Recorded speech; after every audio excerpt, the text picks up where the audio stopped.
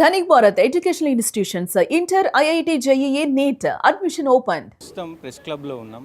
ఈ మధ్యకాలంలో ఈ లవ్ జిహాద్కు సంబంధించినటువంటి పెద్ద ఎత్తున లవ్ జిహాద్ నడుస్తుంది. తెలంగాణ రాష్ట్ర వ్యాప్తంగా అటు తెలుగు రాష్ట్రాలలో ఇది ఎక్కువైపోతుంది. సో చాలామంది ముస్లింలు అటు అమ్మాయిలు కావచ్చు అబ్బాయిలు కావచ్చు హిందూ మహిళలను ట్రాప్ చేసి పెద్ద ఎత్తున ఇదొక ఉద్యమంలాగా నడుస్తుంది అనేది కూడా ప్రస్తుతం మొత్తం తెలుగు రాష్ట్రాల్లో కూడా ఒక చర్చనీయాంశంగా మారింది.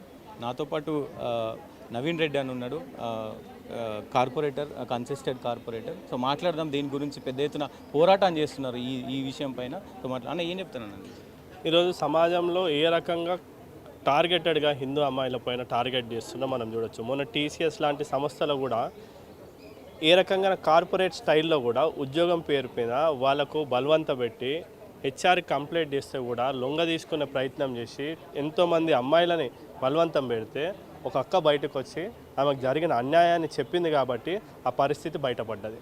ఆ చెప్పిన తర్వాత ఈరోజు సమాజం నోరెళ్ళేసుకునే పరిస్థితి వచ్చింది. అదే విషయాన్ని ఈరోజు కొన్ని సినిమాల ద్వారా నిజాన్ని చూపించే ప్రయత్నం చేస్తే ప్రొపగండా ఫిలిం, ఫేక్ ఫిలిం అని చెప్పే ప్రయత్నం చేసింది. కేరళ ఫైల్స్లో వాస్తవాలు ఎంత ఉందో ఈ సందర్భాలను బట్టి చూస్తే మనకు అర్థమవుతుంది.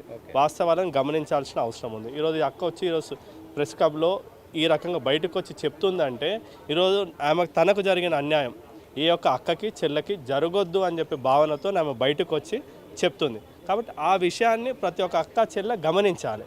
ఈరోజు ప్రేమ మత్తులో వాస్తవాన్ని గమనించకుండా ఎవరిని ప్రేమిస్తున్నాం వాని యొక్క అజెండా ఏంది తెలుసుకోలేని అంత ప్రేమ మత్తులో మునిగితే చివరికి ఈ రకమైన గతి పడుతుంది అనేది నువ్వు ఆలోచించాలి. ఈ రకంగా ఇట్లనే ఉంటే మాత్రం సూట్ కేసులలో, ఫ్రిడ్జ్లలో లభ్యమైన శవాలు ఎవరికైనా ఆ పరిస్థితికి మీకు రావద్దు అంటే గమనించండి. ఈరోజు మహిళలు కూడా కొంతమంది స్నేహం పేరుతో దగ్గరయ్యి ఉమెన్స్ కాలేజీలలో ప్రత్యేకించి దగ్గరైన తర్వాత వాళ్ళ స్నేహితులని అమ్మాయిలకు పరిచయం చేస్తున్నారు, వాళ్ళ కజిన్ గాను అన్నను అని చెప్పి. ఆ ఉచ్చులో మీరు పడొద్దు. ఈరోజు మన తల్లిదండ్రులకు మనకు నేర్పించిన సంస్కారం మర్చిపోవద్దు. ఈరోజు వాళ్లకు అక్క చెల్లెళ్ళు, అన్న తమ్ముళ్ళు, నాయన పిల్లలు అన్న వరుసలు లేకుండా వాళ్ళు ప్రవర్తించిన అనేక సందర్భాలు వాళ్ళే వచ్చి బయటకు చెప్పారు. మనం అంటుంది కాదు. ఆ విషయాన్ని మీరు గమనిస్తేనే మనం ఎటువంటి ఉచ్చులో పడబోతున్నాం అనేది చెప్పి మనకు తెలుస్తుంది. కాబట్టి ఆ ఉచ్చులో పడకండి అక్క. మీకు దయచేసి విజ్ఞప్తి చేస్తున్నా, మీరు అటువంటి ఉచ్చులో పడకండి. తల్లిదండ్రులు కూడా మీరు ఆలోచించాలి. ఈరోజు బిడ్డ ఒకరిని పెళ్లి చేసుకొని వెళ్ళిపోయిన తర్వాత వెళ్ళిపోయింది నాకు సంబంధం లేదని వదిలేయకండి. ఈరోజు ఆమె అనేక సందర్భాల్లో బాధతోని తిరిగి రాలేని మీరు ఒప్పుకోలేక తిరిగి రాలేక అతనితో నరకం చూపించుకోవడం జీవించే పరిస్థితి కూడా ఉంది. మీ ప్రోత్సాహం, ప్రేమ వాళ్ళకి అవసరం. అప్పుడే ఇటువంటి జిహాదీ దాడుల నుంచి మీ బిడ్డలను మనం కాపాడుకోగలుగుతాం. తల్లిదండ్రులు జాగ్రత్త పడాలి. విద్యార్థుల తల్లిదండ్రులు కూడా విద్యార్థులను గమనించాలి. వాళ్ళ ప్రధాన ఎజెండా ఏంటి అసలు ఈ లవ్ జిహాద్కి సంబంధించి? అసలు నిజంగా ప్రధాన ఎజెండా ఏంటి? మరి హిందువులు ఎందుకు మేల్కోలేకపోతున్నారంట? ఈరోజు చాలా సందర్భాలలో హిందువులను టార్గెట్ చేసే ప్రయత్నం చేస్తున్నారు. వాళ్ళు ఎందుకు ప్రయత్నం చేస్తున్నారు? స్నేహం పేరుతో అనేక సందర్భాలలో మనం చూడొచ్చు. వాస్తవాలని మనం గమనిస్తే కొన్ని సందర్భాలలో మనకు తెలియకుండానే మనకు కొన్ని డ్రగ్స్ లాంటి పదార్థాలు ఇచ్చేసి వాళ్ళ ప్రేమ ఉచ్చులో పడే విధంగా ఆ సమయంలో మనకు వాస్తవాలేంది, తల్లిదండ్రుల ప్రేమ ఏంది, సొసైటీ గురించి ఆలోచించే పరిస్థితి లేకుండా కూడా మనల్ని లోబర్చుకునే ప్రయత్నం వాళ్ళు చేస్తుండ్రు. ఆ విషయాన్ని కూడా మనం గమనిస్తే ఏ రకమైన ఉచ్చులో మనం పడేయాలని చూస్తుండ్రు.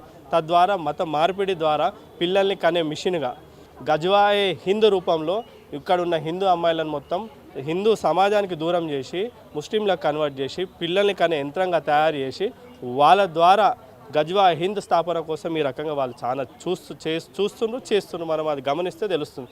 ఈరోజు కేరళ లాంటి రాష్ట్రంలో చూస్తే హిందూ అమ్మాయిలే కాదు, క్రిస్టియన్ సోదరులు కూడా ఆ ట్రాప్లో పడ్డారు. వాళ్ళు రోడ్లపైన వచ్చి ఆర్తనాదాలు పెట్టిండ్రు.